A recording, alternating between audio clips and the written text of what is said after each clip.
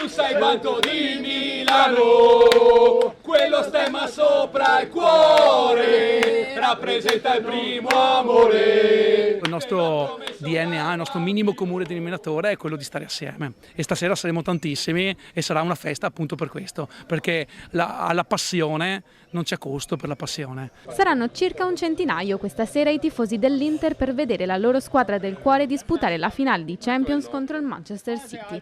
Da Istanbul a Ponzano Veneto, chi non è riuscito a partire per seguire la beneamata ha organizzato questo momento di condivisione e gioia. Ho dato vita a questo club, è nato da una persona che non c'è più, che si chiama Adriano, che ringraziamo, che portiamo sempre con noi.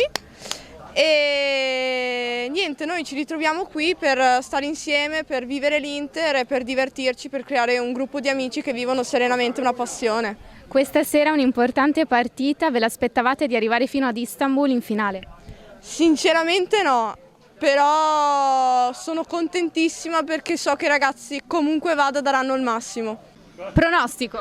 Diciamo che l'unico pronostico che posso fare è quello dell'accostamento ad aver già vinto un campionato, una finale europea qui con l'Italia, e quindi incrociamo le dita e tutto il resto. Per tutti quei chilometri che ho fatto per te, internazionale devi vincere.